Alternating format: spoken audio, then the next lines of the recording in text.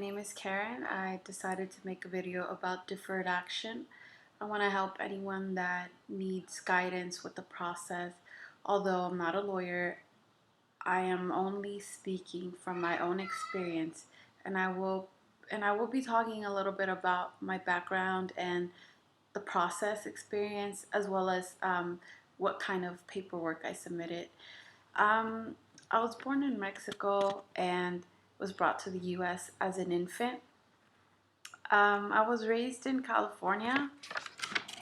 I realized I was undocumented in high school. Couldn't drive or pursue school because I couldn't afford it. Um, I didn't believe I had a future, but here I am. As soon as I heard about deferred action, I started researching and talking to lawyers. Most lawyers I spoke to tried to take advantage of the situation and wanted to charge up to 1,500. The process itself is only 465. I figured I don't have a record, so why not do it myself? Let's begin with the requirements, okay? First requirement for deferred action is to be under the age of 31. That can easily be proven with your birth certificate. The one thing I have to say about birth certificates is that a lot of people that were in this situation with me would talk about the process. We talk about the paperwork they submitted. A lot of people would forget to have their birth certificates translated. It's really important that you have it translated by a notary or someone that is authorized to translate it. Anyone that can sign it and it's official, and you have to have your Spanish version as well as your English version. So a lot of people forget to do that, but that's pretty much how you can prove that you were under the age of 31. Okay, so the second requirement listed on the USCIS website is you have to prove that you were here before your 16th birthday. The way I proved it was I took I took random certificates that I received at school throughout my school. Um, all of my years in school, I would just take random certificates and I would include them. I included stuff from, I don't know if you could see this, I'm just trying to fix this. I included stuff from middle school, from, you know, um, kindergarten, like stuff that I felt was relevant. That's pretty much how I proved that I was here before the age of 16. The third requirement was a little tricky for me, especially because after 2006, I wasn't going to school. I didn't have anything under my name. I didn't have any utilities under my name. I didn't have any kind of proof that I was really physically here. So I had to get creative with my alternatives. I had to research everything I possibly could. USCIS.gov was my main guideline. Everything on there, they will list everything you need to know word for word. Um, what I decided to do is to prove that I was here during 2007, 2008, and some of 2009, is I decided to have my friends create an affidavit for me. I will give you an example of an affidavit. It's really not that difficult to make. You just look it up online, search, your Google images, and you will have a lot of examples. It's just pretty much a sworn statement. Someone is making a sworn statement that they've known you for a certain time, and that as far as they know, you've been living in the country for the time that they've known you. So I'm gonna go ahead and show you an example of an affidavit, and just to kind of give you an idea of what it looks like. Um, it is important that you can create the draft yourself, but you have to have it notarized. So the person that's making it on your behalf has to get it notarized. Otherwise, it's not official. It's just a worthless paper.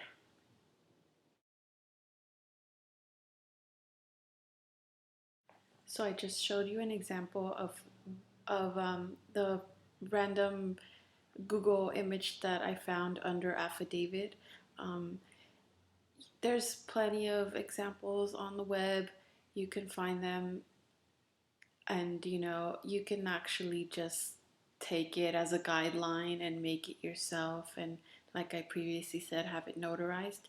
Require Okay, and then to prove that I was here 2009, 10, 11, 12, I just gathered um, my transcripts from school.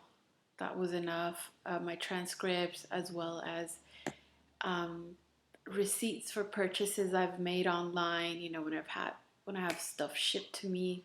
And that was pretty much all I submitted to prove that I was continuously living here from, what was it, June 15, 2007 to present time. Requirement for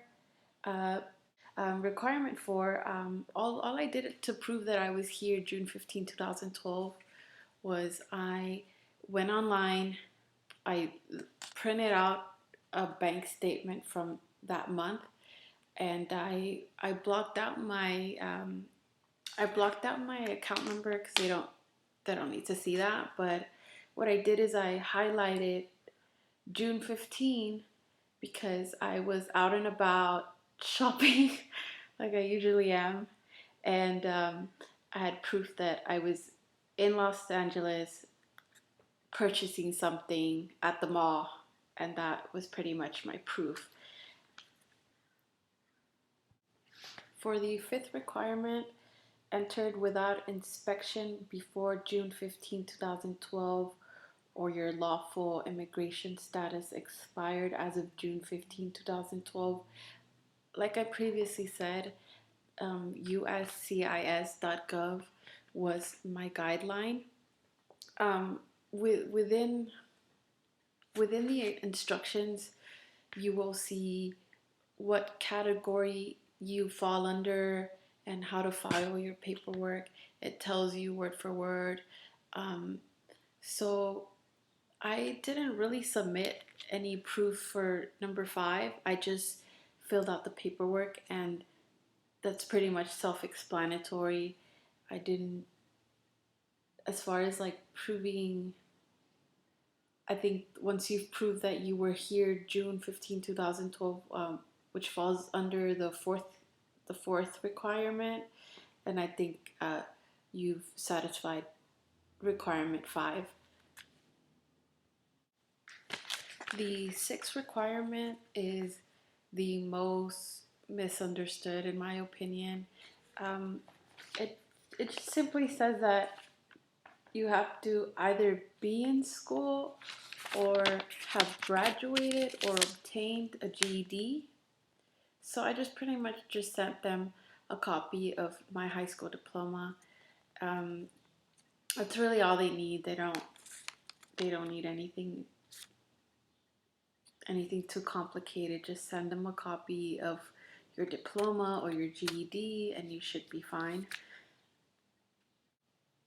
So the seventh requirement is have not been convicted of a felony, significant misdemeanor, 3 or more misdemeanors, do not otherwise pose a threat to national security or public safety.